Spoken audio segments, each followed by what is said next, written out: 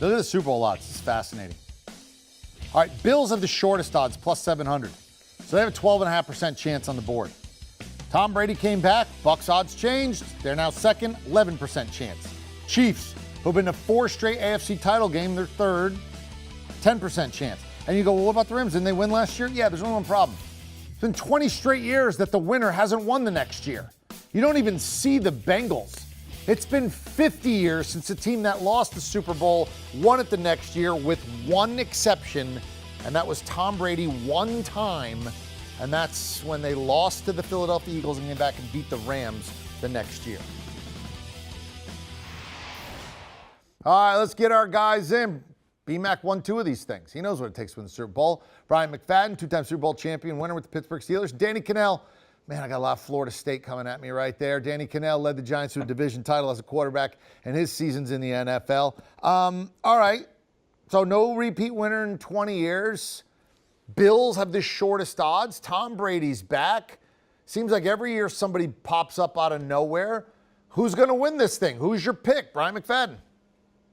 Well, for me, I'm going with the Buffalo Bills, EK, and here's why. When you look at the structure on both sides of the football, let's start with the offensive end first. The quarterback, one of the more prolific, entertaining, consistent gunslingers in the National Football League. He seems to get better year after year after year. You look at some of the resources they've added around him. I think once again, this will be one of the more unstoppable offenses in the National Football League. And then when you transition to the defensive side, remember, this was a unit that led the NFL in most defensive categories a year ago. They have improved as well. They lost a few pieces, but you better believe they made some additions. So I factor all of that into the equation, not to mention the coach and Sean McDermott. I mean, this is a team I believe will dominate the entire season from start to finish. So I'm going with the Buffalo Bills. I love you, B-Mac, but I hate that we're on the same page here because I want to disagree with you, but I am, and I don't like taking a favorite. Typically, I'll try to find a team a little bit longer odds.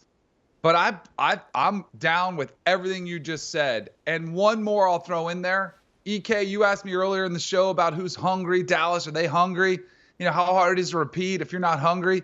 This Bills team feels hungry. They are highly motivated. Danny, are they almost too hungry? Like, the way they lost last year, there's a difference between being hungry and being weak because you're so hungry. Like, teams that have been punched like that, it's hard. I mean, there's one thing to losing historic. That's gonna be in the NFL highlight films forever. Losing like that. Does it help them or does it hurt them?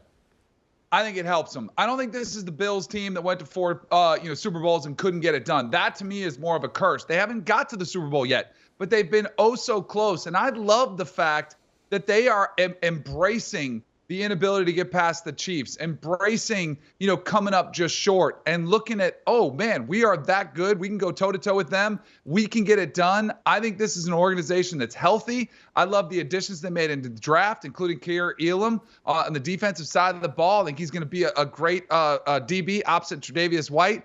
I think this team, B-Mac hit it too. They've filled a lot of the needs they've had it. They've kind of been fine-tuning their roster. And in large part, one of the bigger reasons I'm bullish on him is because of Josh Allen, who I think has been really coming in his own as one of the top players in the league. That was a year early. I had Rams-Bills last year, and 13 seconds away, I think I would have gotten it. I think I would have actually knocked it stiff there. Do you want a sports network that delivers everything that matters about the game? The highlights, the picks, the instant analysis, no yelling, no fake debates, no politics.